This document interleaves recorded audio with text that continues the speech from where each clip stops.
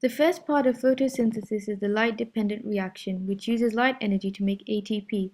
Light stimulates chlorophyll to release electrons, which results in production of ATP. The light energy also splits water molecules, producing oxygen and hydrogen. The hydrogen is taken up by a hydrogen carrier to form NADPH. The splitting of water also releases electrons, which replaces those lost by the chlorophyll. The second part of photosynthesis is the light-independent reaction, which makes organic compounds from the products of the light-dependent reactions. ATP and hydrogen, carried by NADPH, are products of the light-dependent reactions. They are used to fix carbon molecules together, adding CO2 to the basic carbon compounds. This allows for the production of more complex organic compounds, for example sugars. These organic molecules can then be stored to use in cellular respiration. The rate of photosynthesis can be measured by changes in the amounts of inputs, CO2, or outputs, O2 or glucose, of a photosynthesis equation.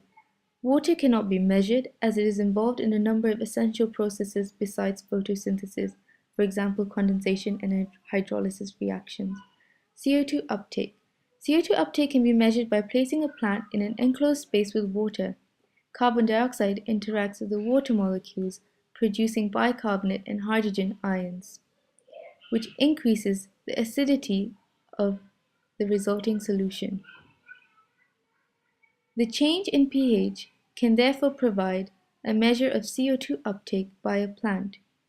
An increase in CO2 uptake is equal to more alkaline pH.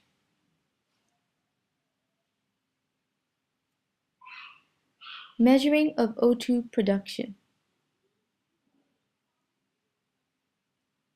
O2 production can be measured by submerging a plant in an enclosed space with water attached to a sealed gas syringe.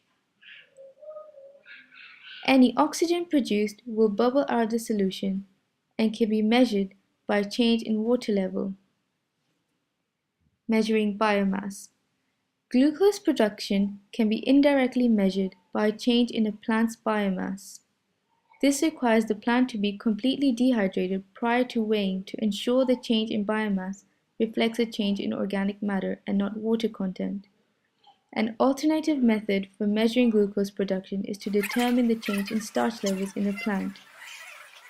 Starch can be identified via using iodine staining, which means the solution turns purple.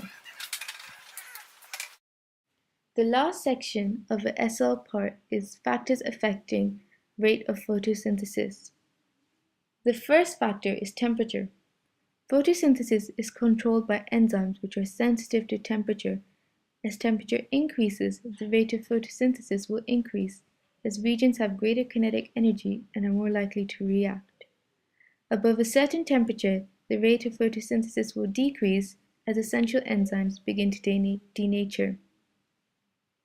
The second one is light intensity.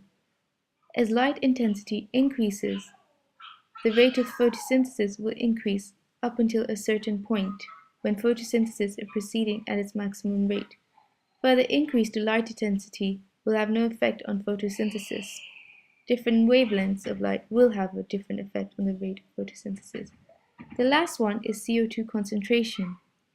As the concentration of carbon dioxide increases, the rate of photosynthesis will increase up until a certain point, when photosynthesis is proceeding at its maximum rate.